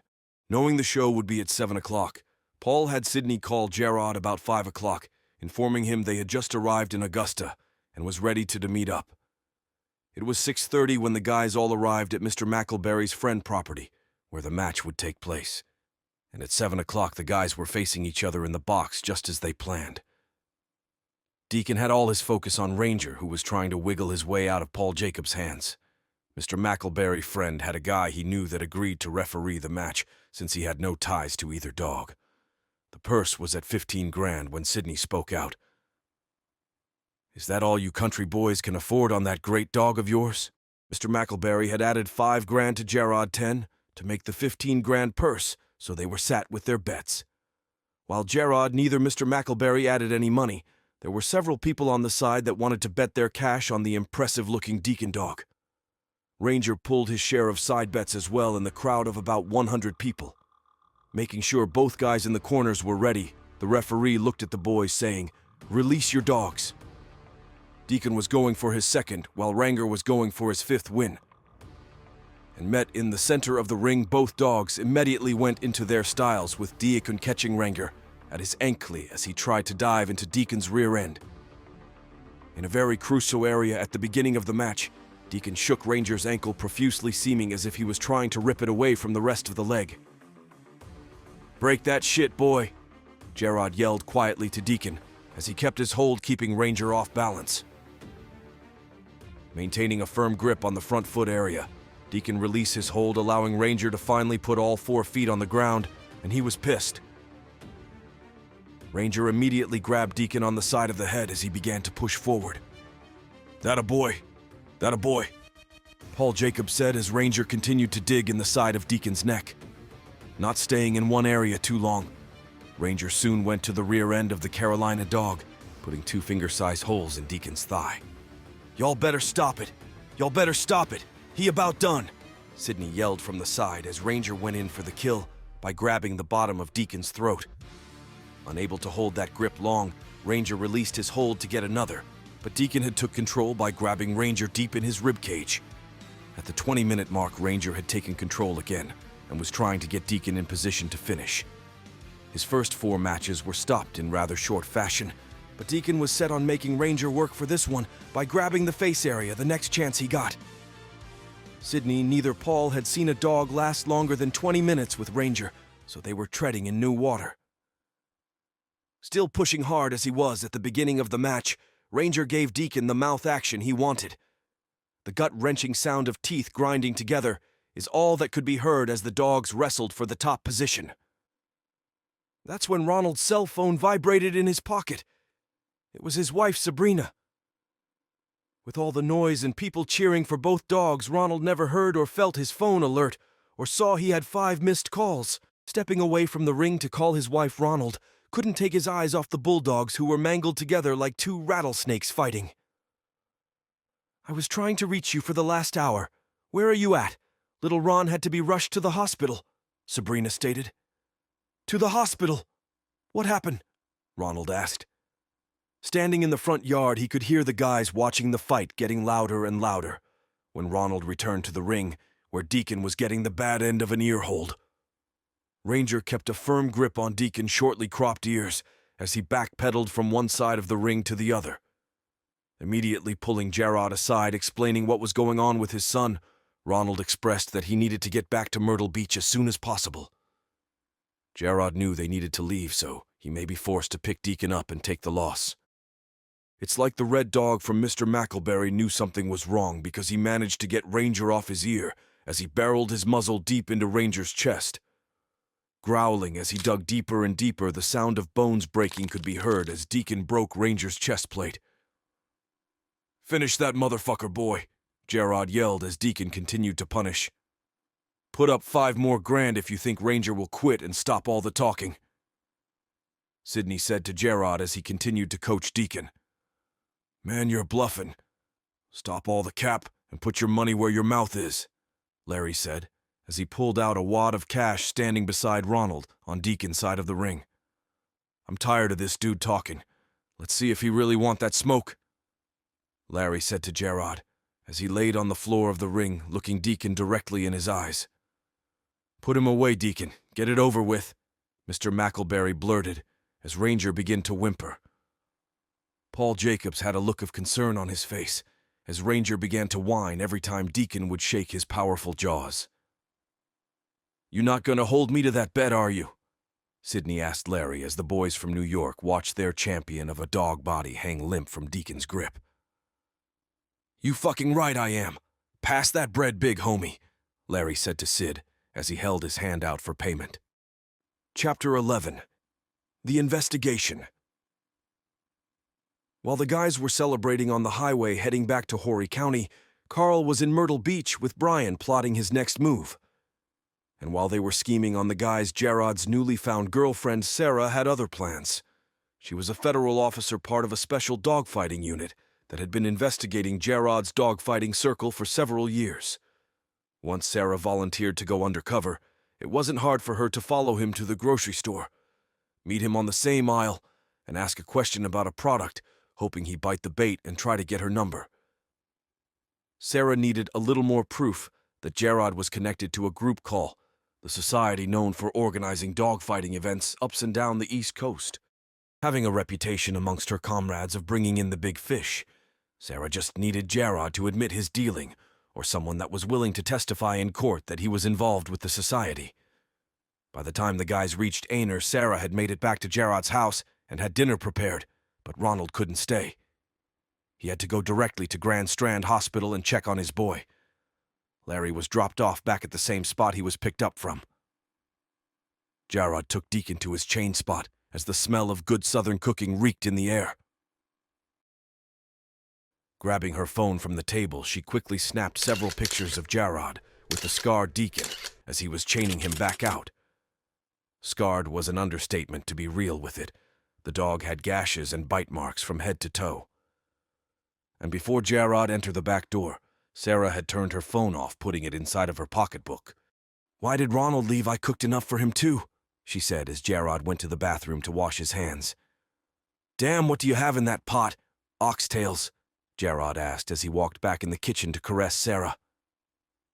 "How did you know?" was her response before looking into Gerard's eyes, giving him a kiss. "Move, let me finish," she continued as she went back to the stove area.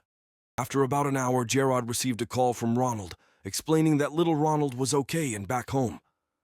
Telling Gerard his son desperately needed a heart transplant soon, Ronald said he and Larry would come through tomorrow so they could properly celebrate Deacon getting his second win and bringing home 20 grand total. Between his son fainting, having to be rushed to hospital, and Deacon winning against the New York Dog Ranger, for that moment, Ronald had completely forgotten about the madman Carl who was breathing down his neck. And that wasn't good. The next day came, and like Rowaneld said, he and Larry was meeting up with Gerard when Ronald noticed a blue, older model Ford Taurus following them, making every turn they made. "Yo, is it me, or is that car behind us, behind that white van, following us?" Ronald asked Larry as the light turned green and they drove through the intersection.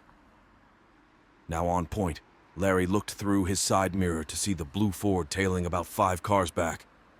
Ronald quickly explained the situation that happened with Carl and his wife Shamela stealing his dope. What he didn't know was the fact that his friend Jazz was dead in an abandoned house in Charleston. Ronald wasn't about the street shit. He didn't want any parts of Carl, but Larry made him pull over. "Fuck that nigga, we about to solve this problem right now," Larry said as he pulled a .357 from his waist, laying it on his lap. Soon as Ronald pulled off to the side of the street, Larry jumped out of the car with his gun hidden behind his leg. Seconds later, the blue Ford slowly pulled up beside Ronald's car, with the passenger window rolled down. Then suddenly the sound of thunder roared as a .357 hydro shock bullet from Larry's gun went supersonic. Shattering the back passenger window as Carl punched the gas, Larry continued to squeeze the ultralight trigger of his Smith & Wesson. "Yo, catch that motherfucker," Larry said as he jumped back in the car. But Ronald wasn't the one that would volunteer for the gangster shit. Seeing they were out of immediate danger, he hit a U-turn heading back towards Gerard's house. Arriving in the city of Aner about 25 minutes later, Ronald was clearly a little rattled up from the intense situation that had just unfolded. On the other end, it wasn't enough action for his counterpart Larry, who was making calls to his boys to find Carl. Still hyped off of his first encounter with the madman, Larry was speaking loud enough that Sarah could hear their conversation from the bedroom. Hoping she could catch one of the guys saying something incriminating, Sarah pushed the record button on a micro-size recorder she had on her keychain. And for the next 45 minutes, she uploaded everything that was said in the kitchen. Chapter 12. Time is ticking. Closer than the undercover unit has ever been to getting the dogfighting group called the Society, A seed was planted months before that may hinder their efforts. The one thing that never happened to Sarah in any of her past investigations was about to come to the light. She was getting a lot of pressure from the unit's chief, insisting it was time to make a move. But Sarah was catching feelings for Gerard. If the higher-ups in her department knew this, she would immediately be removed from the case. About 2 weeks had passed when the Charleston 10 News announced the findings of a decomposed John Doe male in an abandoned crack house. Gerard and Ronald never knew Carl took Jazz to Charleston when he kidnapped him, and they never heard anything from Jazz or his family again. Larry was spending so much time around the guys, he was starting to feel bad about stealing Gerard's dog Nina and robbing his deceased wife Erica. In fact, Larry had came up with a plan to steal Nina back from the guy Sal and return her to Gerard without him finding out. While the guys were in the back fooling around with the dogs, Sarah pulled into the driveway and walked to the backyard. "Damn, I feel like I saw you somewhere before," Larry said to Sarah as she came closer. "Well, the saying is, we all have a twin out there somewhere," she responded. Quickly changing the subject, Sarah walked over to Gerard's pride and joy and thought it would be the best time to ask him about the wounds and scars on Deacon. That's when it happened. Ronald got the call that his son had another episode in which he was rushed back to the hospital, so he had to leave, taking Larry with him. Before Ronald's car was out of sight, Sarah popped the big question to Gerard. "What happened to Deacon? Why is he so scarred?" "He didn't look like this when I first met you," Sarah finished off saying. Thinking fast, Gerard responded, "We were trying to breed him and they started fighting." Walking back towards the house, Gerard had little to say, and Sarah was afraid too much questioning would seem suspicious. So she let it go and went inside as well. Later that evening, Gerard received a call from his cousin Sean, a.k.a. Shaq, who lived in Memphis, Tennessee. He hadn't seen his cuz from the Carolinas in a couple years, so he had to contact Gerard, letting him know he was in town for the weekend. Hearing this, Gerard knew the hot stove was about to catch fire. The last time Shaq was in town, Gerard had to bail him out of jail for assault and battery with the intent to kill. Not to mention he was a wannabe pimp. Stay tuned for the final part of The Top Dog. This will be an ending you don't want to miss. Chapter 13. The Decision. "Bitch, where the fuck you put my shit?" Carl yelled as he hit his wife Shamela with a close fist. Unable to leave the house, Shamela was about ready to tell Carl where she hid his heroin. To make sure she stayed put, Carl had someone to stay at the crib with Shamela while he was out and about. She had been beaten on and off for so many weeks she would probably be unrecognizable to Gerard. Even after being hit like a man, even after being forced to have sex, even after having an AK-47 stuck in her mouth, she maintained the same stance, claiming she didn't have or know where Carl's package was at. "After all the shit I did for your unappreciative ass for you to bite the hand that fed you," Carl stated before kicking Shamela in the chest, knocking her to the floor.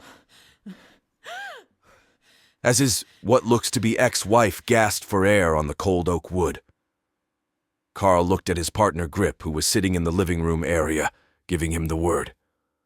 "Yo, I'm tired of talking. Give this bitch what she wants," Carl said, instructing Grip to have his way with Shamela. Carl was a savage, and it didn't bother him to watch her get manhandled and raped. In fact, he rolled up several blunts while sitting on the kitchen counter as Grip aggressively took what belonged to her. Later that evening, Carl had a few things to do, so he had Grip to stay a watch his wife. One of Shamela's eyes was closed shut from the beating she took. Her left arm had went numb weeks ago, so at the point it was useless. Looking at the ceiling from the floor as she balled herself up in a corner of the room, Shamela knew she had to make a move and make it fast. It was common sense that Carl wouldn't be letting her go, and she would be eventually killed. Mouth dry, desperately needing something to drink, Shamela asked Grip for a glass of water. "Dumb bitch, you don't need any water. You need to come up with Carl's dope," Grip uttered as he passed her the glass. Drinking the first cup down immediately, Shamela asked for another. Grip handed her the glass, then went back to the living room where he continued to play the Xbox. The water she was drinking came straight from the tap, but at that moment it was the best water she had ever drunken. Shamela knew Carl would be back soon, so she gathered her strength before speaking out to Grip. "I'm going to the bathroom if that's okay with you." Stopping in the middle of his game, Grip got up from the sofa to follow her. "Damn, I can't even take a piss by myself," Shamela said under her breath as she slowly got up from the floor. Walking down the hallway as Grip followed closely behind, Shamela reached the threshold of the bathroom, and all hell broke loose. She hit Grip in the face, flush with the glass, which caused him to fall backwards into the hallway. And the impact from hitting the floor made Grip's gun fall from his waist into the hallway as well. Seeing this, she knew this was her chance to get away. Going off of survival fuel, Shamela jumped across Grip, reaching the high-point .45 caliber pistol before he could get to his feet. "You punk-ass little dick, nigga. You could have been something in life," she said as she squeezed the trigger, repeatedly putting burning, hot lead in Grip's chest. Unsatisfied, she walked over him as he gasped for air. "Come on, Grip, this is your chance. I want to fuck bad, and I want you my nigga," she said before emptying the clip of the gun in her hand in Grip's face. Only able to see out of one eye, Shamela left Grip in the hallway as she made her escape. Back in an undisclosed location in eastern South Carolina, Gerard's girlfriend Sarah was at work at the federal headquarters building. Her unit was summoned for a mandatory meeting to discuss their progress for Operation Bloodline. The chief was getting aggravated, claiming Sarah wasn't moving fast enough, and even threatened to take her off the case. He also let Sarah know they had enough to make their arrest now, but needed more evidence to seal the deal. She assured the chief it wouldn't be much longer, but Gerard wasn't as easy as he was making him out to be. While Sarah was making plans to shut down the society, her man Gerard was out in Myrtle Beach shopping with his cousin Shaq, Ronald, and Larry. And check this out. Gerard was using money he got from Sarah. She was a very independent lady, so she didn't mind spending money on him. When Gerard finally came home that evening, Sarah was sitting at the kitchen table with tears ran down her face. Clearly seeing her stressed, Gerard blurted out, "Did that nigga Carl come by here?" "Carl? Who's Carl?" Sarah asked while keeping her head buried in her hands. "Never mind, I don't know what I was thinking," Gerard responded as he changed the subject. Gerard, please. I have a headache," she stated, cutting him off mid-sentence. Then she simply said, "Gerard, I'm pregnant." Chapter 14, 25 kilos. Knowing she could have went straight to the police station to report everything Carl did to her over the past month, Shamela stayed away from the law enforcement. She had other plans. After losing one of her best friends, Kayla, Shamela vowed that one day she would return the favor to Carl. She knew it was inevitable if Carl was living. She would have to leave town in order to have any type peace. But what she didn't know was that Carl was getting pressure from the higher-ups about the missing drugs he was given on consignment. Several weeks later, up in Horry County, Gerard was getting mixed feelings from his old lady Sarah. Clearly excited about his first child, Gerard received a little pushback from Sarah, claiming she wasn't expecting, nor was she ready to have kids at the moment. At the same time, Sarah had crossed the line being an FBI agent and developing genuine feelings for Gerard. She was stuck between a rock and a hard place. Her professional career as an agent in that division was in jeopardy. But on the other hand, she was starting to feel like she really found love, especially after being in multiple abusive relationships. One Thursday after getting off work, Gerard was watering up the dogs when Sarah walked out in the back. "We need to talk," she said with a rather awkward look on her face. She was leaning towards having an abortion, but she knew Gerard wouldn't agree. She had to make a decision before she began to show any signs of being pregnant around her co-workers. That's when Gerard's cell phone rung. When he answered, the excitement in the voice on the other end of the line was filled with joy. "They got a heart for my boy. He's got a date for his transplant," Ronald said. "That's great," was Gerard's response as Sarah stood in front of him. I'm heading your way after I pick up Larry and a bottle of wine, plus them boys call me with the Freddy dog. I need to holla at you," Ronald stated before hanging up. It wasn't even 10 minutes after hanging up the phone with Ronald did an unfamiliar car pulled into Gerard's driveway. Still in the backyard with Sarah as he finished up with the dogs, Gerard had an unexpected guest.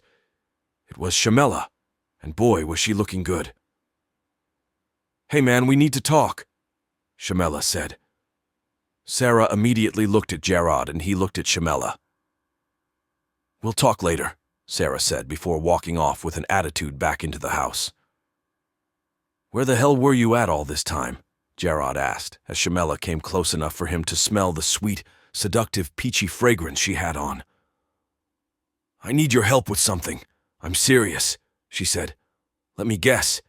You have the dope that your crazy-ass husband has been trying to kill us over?" "I don't want any parts of that shit. I mean, I'm glad you're okay, but you should have told me that up front." "I have a suitcase full of bricks in the car," Shamela responded before pulling her phone out, making a quick call. It wasn't long before Gerard heard another car door close. "Do you have someone with you?" he asked. Then coming from the front yard was his ex-wife Erica's Aunt Darlene, carrying a black suitcase. Neither of the ladies knew Sarah, but things were about to get interested because Shamela wanted to stash the suitcase at Gerard's place. Gerard quickly took the heavy luggage bag in the house. Pulling the ladies up 2 chairs, they sat in the backyard for hours, as Shamela told Gerard every single thing Carl did to her. She insisted she would have never in a million years took anything from any man she ever had, but Carl wouldn't stop beating her when he got drunk. She continued saying even that wasn't enough, because she loved him. But when she came home from work, to find him fucking another girl in her bed, that was the last straw. Shamela explained how she waited for Carl to take a trip with his boys and took the suitcase out of the bedroom closet. When Shamela started to talk about how Carl ran her and Kayla off the road, she began to cry. You could hear the pain and sorrow in her voice as she gave her best recollection of what happened. While the 3 were sitting around the barrel fire, Sarah was inside the house letting her jealous emotions get the best of her before checking the suitcase. Gerard put under his bed. Barely able to drag it, Sarah pulled it out far enough to unzip it and take a peek inside. "Sarah, I want to introduce you to someone," Gerard said as he walked in the back door. Quickly pushing the bag back under his bed, Sarah got up, hurrying back to the kitchen. "Oh, you scared me," she said, as they bumped into each other in the hallway. "What did you want to talk to me about?" Gerard asked, with Sarah saying it could wait until later as they walk out the back into the yard where the ladies were sitting. When the night was over, Shamela and her Aunt Darlene left the suitcase with Gerard and went back to their hotel in Myrtle Beach. Chapter 15. It ain't over till it's over. The next morning, about 8:30, Ronald pulled up at Gerard's house, and he had a lot to talk about. Rightfully overly joyed, Ronald said his son would go in for his first appointment in a week as they got prepped for surgery. Speaking loud enough to be heard in the bedroom, Sarah woke as Ronald switched the subject, telling Gerard the guys that had the Freddy dog wanted a piece of Deacon, being his name was starting to ring. Not even thinking about Sarah in the back room, Gerard indulged deeper into the conversation, being Freddy had killed his #1 dog, Rex, a while ago. Having to leave for work, Sarah got herself together and left Gerard and Ronald in the kitchen, talking about Deacon and Freddy. Having Deacon now, Gerard felt like Freddy would be the perfect dog to make Champion off. He had a genuine hate for Freddy and was set on getting revenge from the moment Ronald mentioned his name. This would be a match organized by the society. Freddy was the heart of North Carolina. When he was in the box, he brought crowds like no other. Anybody who saw Freddy go was willing to bet the house on him. Even the ladies loved Freddy. Pulling out his cell phone, Ronald called up Harrison, who was the owner of Freddy and the guy who'd be considered the head of the society. Harrison was cool with both Gerard and Ronald, so he was ready to make a date for that action. Gerard had confidence in Deacon, but he knew this would be a match for the ages. Ronald was still talking to Harrison on the phone when someone knocked at the door. Looking through the peephole, Gerard could see his crazy ass, Cousin Shaq, standing on the porch. "Come on in, cuz," Gerard said as he opened the door. "Big Ronald, what up, boy?" Shaq blurted as he walked into the kitchen area. Still conversing with Harrison, Ronald shook Shaq's hand while giving him a hug and went back to his conversation with Freddy's owner. Taking a seat in the living room, Gerard and Shaq decided to catch up on lost time. Even though it had been a minute since he laid eyes on the fool, Gerard explained his situation with Carl. He never told Shaq anything about Shamela bringing the suitcase full of dope to his house. But there was one thing Shaq didn't like, and it was for people to play fuckboy games with his family. By the time Ronald was off the call with Harrison, Shaq was ready to plot an attack on Carl to finish him off. He was on a different kind of time. Shaq was the family joker. He clowned a lot, but when it was time to get serious, he didn't have a problem standing in the gun smoke. "Man, my stomach is growling. Let's go get something to eat," Shaq insisted. "We good, 'cause believe me. What, you need a gun or something?" he continued while flashing the 9mm on his waist. Leaving Aina riding back to Myrtle Beach, the fellas picked up Larry and went out on the town to get their grub on. Shaq never met Larry before, but from the time Larry got inside the car, Shaq knew he was his kind of man. Both guys sitting in the back of Gerard's vehicle were live wires. But unlike Larry, Shaq never had a run-in with Carl yet. Even though Shaq was a fool with that steel, Shamela's husband was a fucking maniac. While the guys were out enjoying themselves, Sarah was at work in the chief's office signing some documents that would seal the dogfighting case against the society. Tired of waiting on her, the Chief Johnson decided he would go with the evidence they already had against the group. He didn't have anything solid on Jarrod, but the same couldn't be said for their boy from North Carolina, Harrison, with the Freddy dog, because his phone was tapped for several weeks. Later the evening, after pulling a 10-hour shift, Sarah's mind was racing faster than Dale Earnhardt coming in on the final stretch as she headed to Gerard House. She had just saw a suitcase full of what looked to be duct-taped wrapped drugs under her boyfriend's bed. She wanted to have the baby for Gerard, but she couldn't risk her career and possibly her freedom. She had no excuse for Gerard outside of she just wasn't ready for a child yet. And with him not having a clue, his girlfriend was a Fed. Gerard wouldn't understand.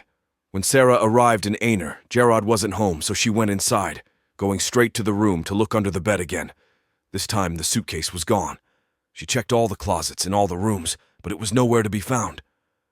While things were becoming more confusing to Sarah, Carl was just getting back into South Carolina with some new guns from West Virginia. His plan was to go by Gerard's house and catch Wreck, but Carl's connection was more focused on getting their money or dope back, so they insisted he take a different angle. Making call after call to people who could help, Carl soon came to the realization that Shamela had left town. The next place he went was Shamela's Aunt Darlene's crib to find out she hadn't been home in weeks. That's when he finally started to worry. He knew if Darlene was with Shamela, he would never see his dope again. Back when Darlene was younger, she was rolling with some heavy hitters and even did a prison stint after shooting someone in the back. What Carl didn't know was Darlene was in Myrtle Beach, having a hell of a time with Gerard's cousin Shaq. But when Brian, that gave up jazz for paper bag money, told him he saw Gerard with some girls and few guys riding through the city, Carl gathered the straps. Shit was about to go down, but not like expected. Earlier that day, Gerard had moved the suitcase full of dope from under the bed, not feeling comfortable with that much shit laying around his house. So while Sarah was at work, he hid it in the storage room in the backyard. Chapter 16. The traitor word was starting to get around the city on how Brian set up jazz for the Charleston boys. As many people show him love, the same give him mean looks and stares. The paranoid type Brian stayed close to his crib until Carl arrived. On the other side of town, Ronald was making preparations for his only son, little Ronald's surgery. The date was coincidentally 2 days before the match, with Deacon and Freddy was to take place. Needless to say, this was the happiest Ronald's been in a very long time. He was finally starting to feel like he could see the light at the end of the tunnel. Married to Sabrina for 7 years, Ronald had the kind of woman a lot of men would die for. She was a classy, strong, smart, independent, caring, a little on the chubby side, but Sabrina had prettiest smile God ever laid on a woman. There's nothing like a natural woman. Real lashes, real thick hips, no BBLE, one that respects herself and her man. She met Ronald while they were going to Clemson University, and they haven't separated since. Little Ronald knew the doctors were going to make him feel better, but he didn't fully understand the seriousness of the situation. The 4-soon-to-be 5-year-old was ready to get his new heart in time for him to start kindergarten.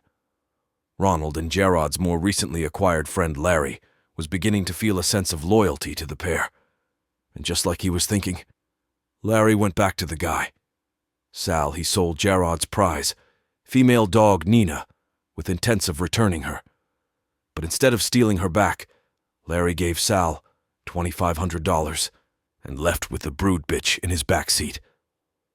After telling Ronald to find out Gerard and Shaq was at his place, Larry quickly dropped Nina back off in Anor where he stole her from and joined the guys in Myrtle Beach. Coming back in town from a Wilmington, North Carolina drug raid, Sarah had to stop by the main office to attend another unit meeting. When she arrived, the chief had plans for the first waves of arrest involving the society laid out on the table. With the wiretaps they had on Harrison's phone, they were able to document Freddie's upcoming match. But for some reason, the chief knew Harrison had locked Freddie in for a fight with someone from South Carolina, but there wasn't a finger pointing at Gerard. Sarah never mentioned anything about the suitcase she saw under Gerard's bed either. It was starting to get harder to hide her stomach. So if the person she was so deeply in love with could be in the clear for the dogfighting bust, they could have a possible future together. Back in Myrtle Beach, Shamella's Aunt Darlene had Shaq and Larry to ride with her to check on a sale for the entire load of heroin. Although she had been out of the dope game for many years, she stayed connected to some old players that didn't mess around in the front streets. Once they finally made it to the Red Lobster agreed upon, Darlene pulled up beside a silver new model Lexus and exited the vehicle. The windows were too dark for any of the guys to see through. But when she got to the passenger side of the car, the window rolled down. "Okay, she good," Shaq said to Larry, seeing a smile on her face before she grabbed the handle and got inside. Only staying about 10 minutes, Darlene exited the exotic Lexus, getting back into the car with the fellas. Neither Shaq or Larry knew the amount of heroin Darlene was trying to sell. She was game to the foolishness. And although there seemed to be something there between her and Shaq, she didn't trust either one of them on that level. On the way back, Darlene called Shamella, trying to tell her to get ready to go get the load from Gerard's house, but she didn't answer. After trying several more times with no answer, panic began to sit in. The first thing that came to her mind was Carl. Then suddenly Darlene's celly rung. It was her niece explaining she walked inside the station to pay for gas and left her phone in the car. Shamella was a little iffy about making an even exchange for the dope, being it was so much, and she didn't know her aunt's connection. Not to mention they were ladies and didn't want to be underestimated. She was leaning towards getting half the money up front, and Darlene felt that may be a good idea as well. Going back to Anor after dropping Larry back off at Ronald's place, Gerard rode by himself to get the suitcase, which was inside his storage room. When he made it home, Sarah's car was in the driveway, but he didn't stop inside the house. He jumped straight out his whip, heading to the backyard. Before he could get back to his ride, Sarah stuck her head out the back door. "Baby, I need to speak to you about something when you get a second," she said, as Gerard kept walking to the front. Sarah could clearly see he was carrying the same suitcase she saw under the bed that night. By the time she got to the front door, he was backing out the driveway. This pissed Sarah off big time, knowing she could have called her chief the moment she saw the bag under the bed, and Gerard would have been in jail for the rest of his life. Traffic was back up, so it took Gerard longer than normal to reach Myrtle Beach. Shamella had him to meet them back at the Sheraton Hotel where they were staying, so they could take half of the dope out until they were 100% sure nothing funny was going down. Meanwhile, Sarah was sitting by the phone contemplating if she should call her chief and get Gerard pulled on Highway 501 with the suitcase. Luckily for him, he was in the elevator going to room 707. Unknowingly, in the same city at the same time, Carl had just arrived to Brian's crib. Boy, oh boy. I'm glad you made it, man. Shit getting hot around here, Brian said as Carl came inside. What's going on, C? Are you okay, dog? Brian quickly asked. Being Carl was rather quiet.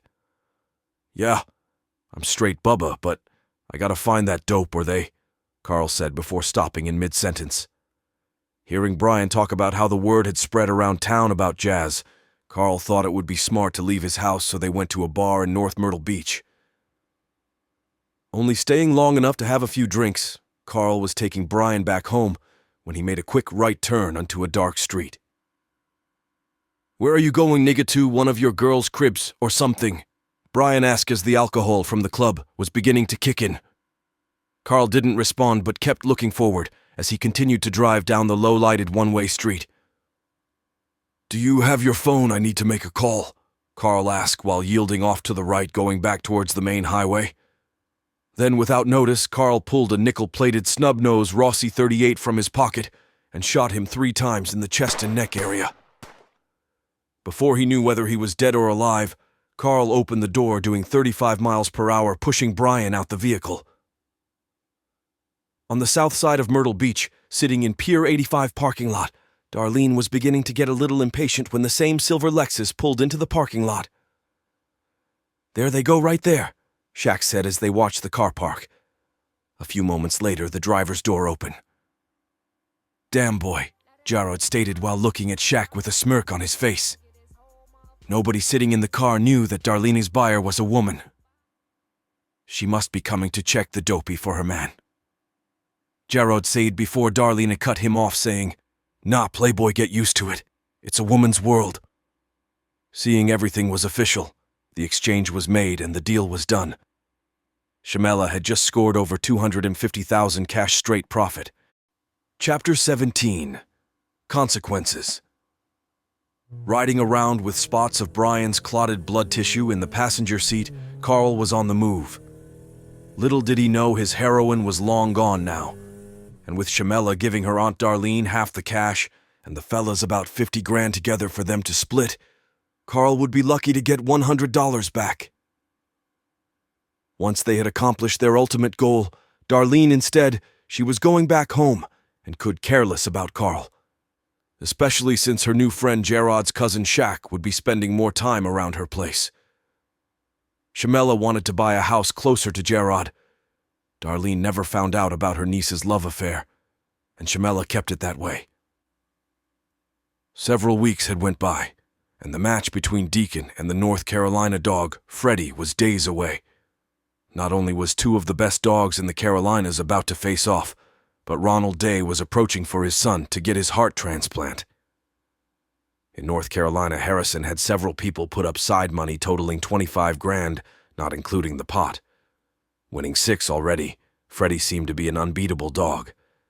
Even though they knew the North Carolina hound was a killer, Jarrod and Ronald felt like Deacon was an ace. And between them, Larry and Mr. McKelberry, the South Carolina boys had about 37 grand to bet on the side.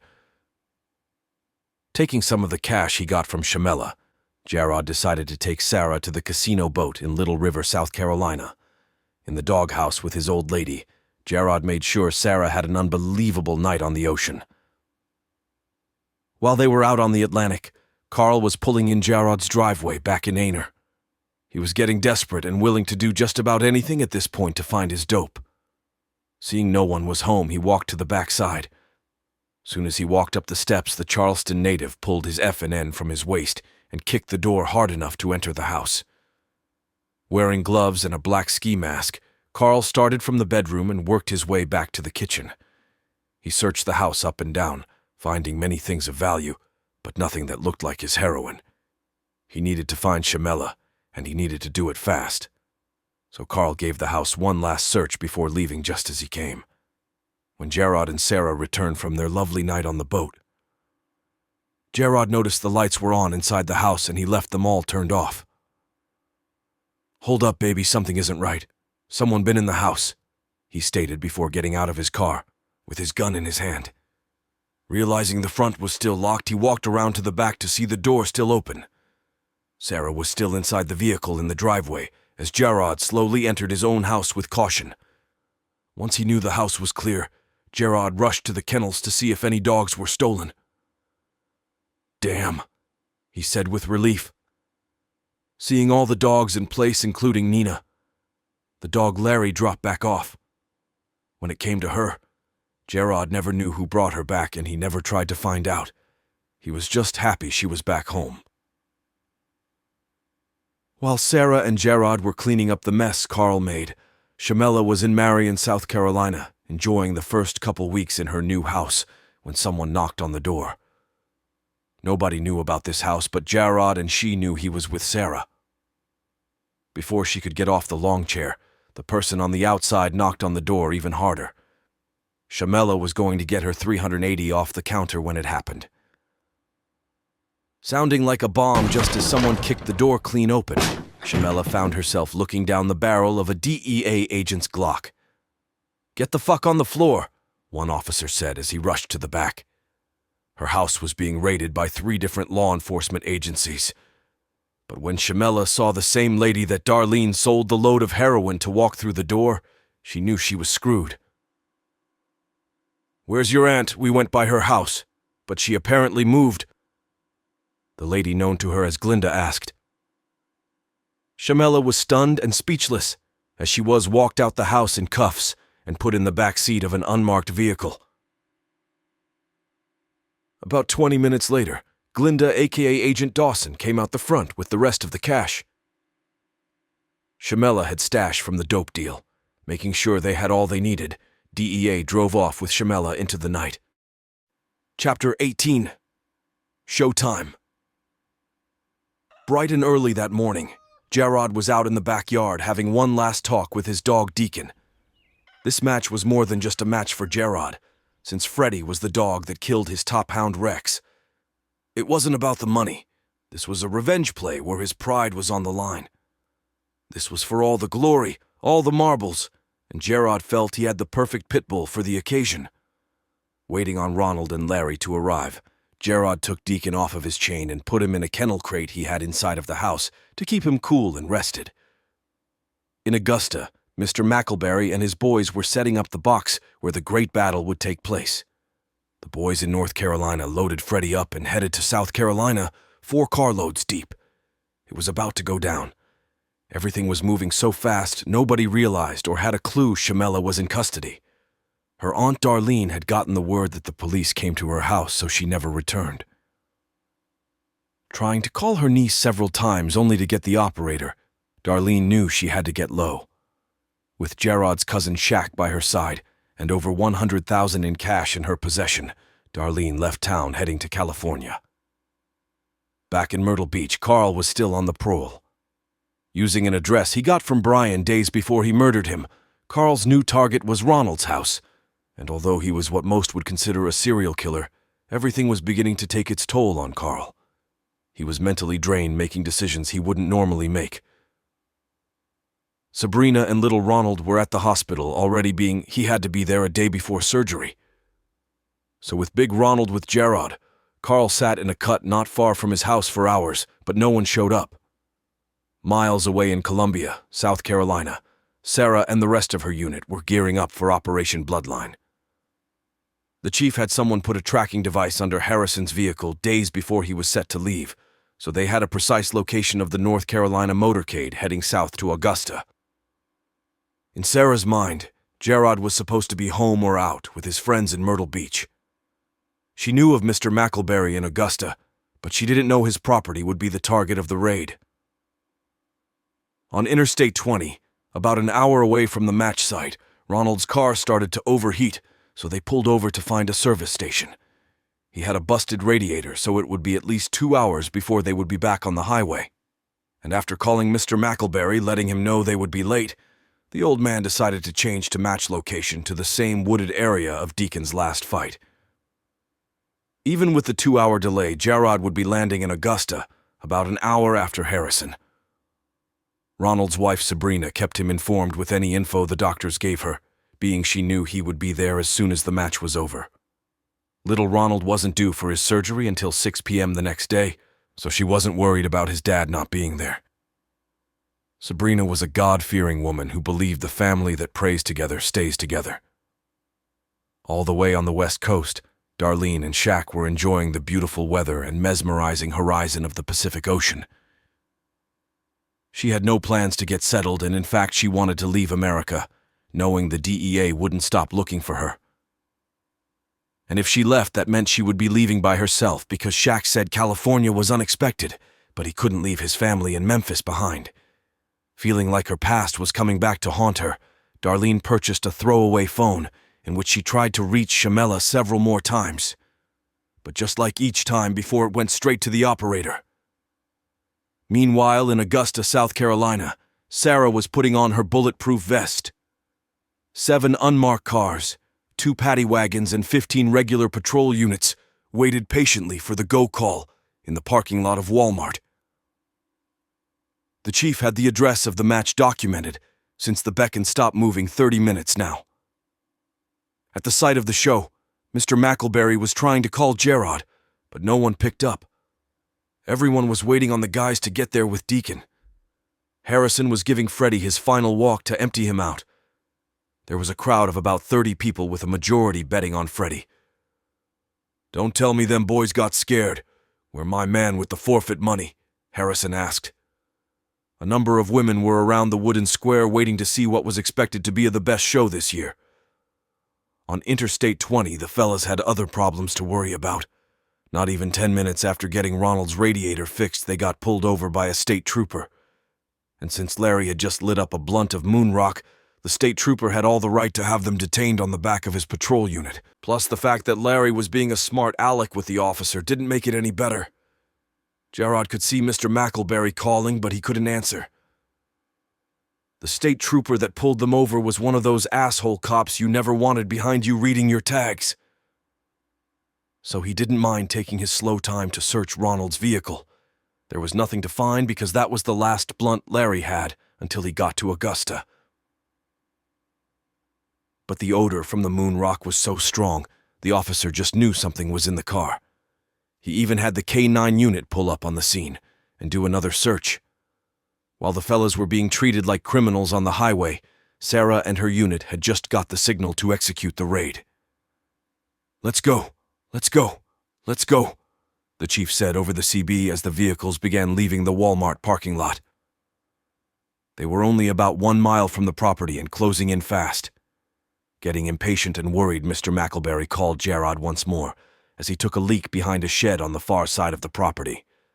Before he could put his phone back in his pocket, Mr. McElberry heard someone from the front side yell out, "Police! Police!" Running to the edge of the small building, Mr. McElberry could see a long line of police vehicles and unmarked cars coming down the one-way road that led to the property. He immediately darted off into the woods and was moving pretty fast for an old man.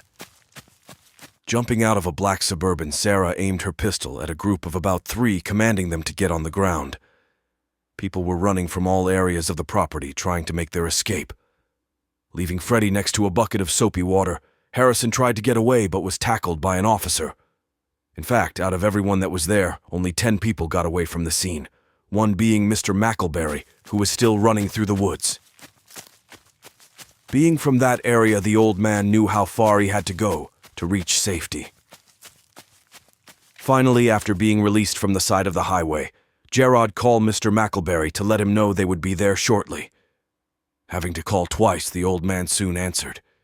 He was out of breath, and Gerard could barely understand what he was trying to say, but he did clearly hear Mr. McElberry say, "Man, the fucking police hit the spot."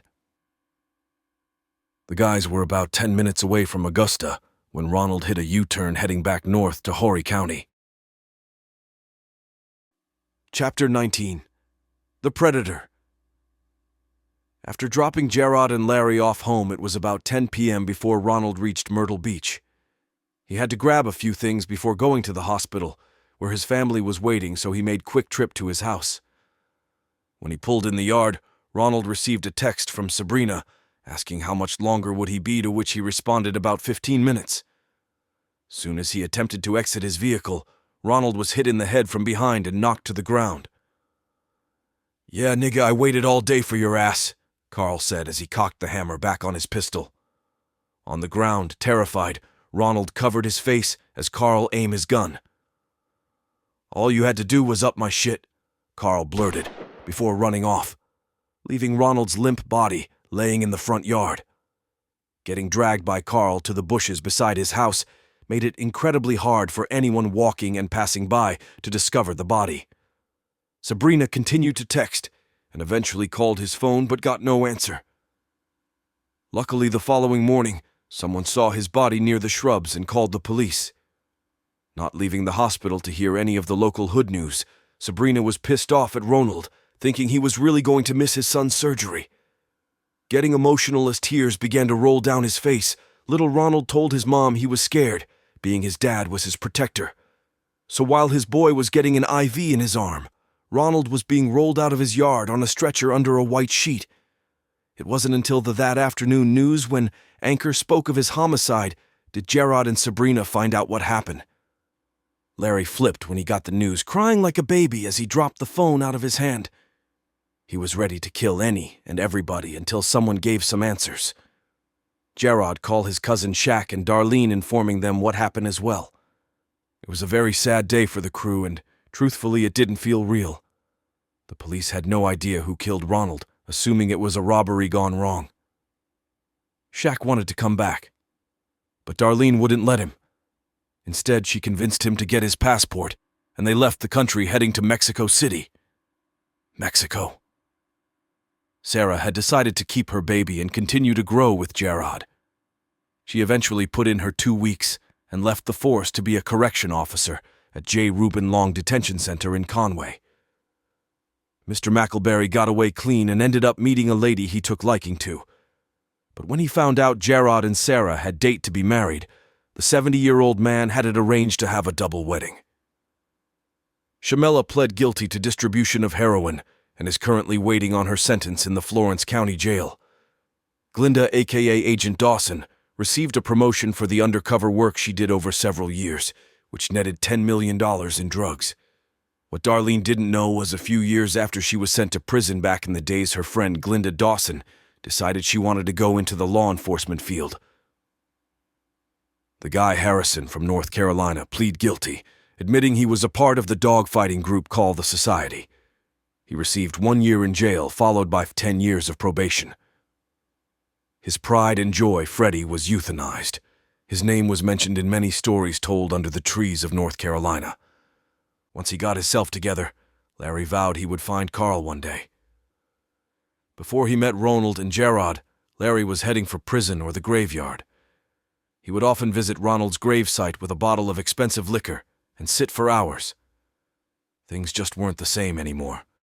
10 years later, "Go boy! Go boy!" Sabrina yelled, just as everyone in the Myrtle Beach Seahawks gym erupted in celebration. Little Ronald, 15 now, had just scored the winning bucket in the varsity 4A championship game. Rightfully bragging as she ran to the floor, Sabrina was followed by Gerard, his wife Sarah, and their daughter Jane. The whole crew was there supporting their godson. Unlike everyone else who sat in the bleachers during the game, Larry had courtside view.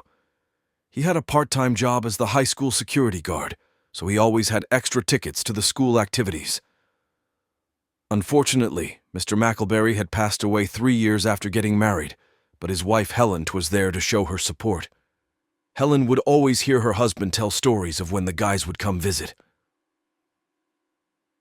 As hundreds of people began pouring out of the exit doors into the parking lot, Gerard noticed a dark blue Maserati parked beside the away team's bus with the headlights on.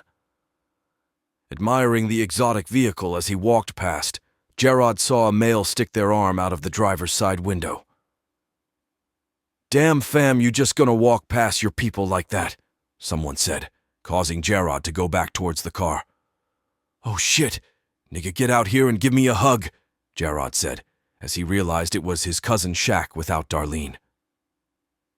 And get this, he had his 4 daughters all born in Mexico, ages 8, 6, 3, and one that just turned a year old, 2 weeks before sitting in the back seat.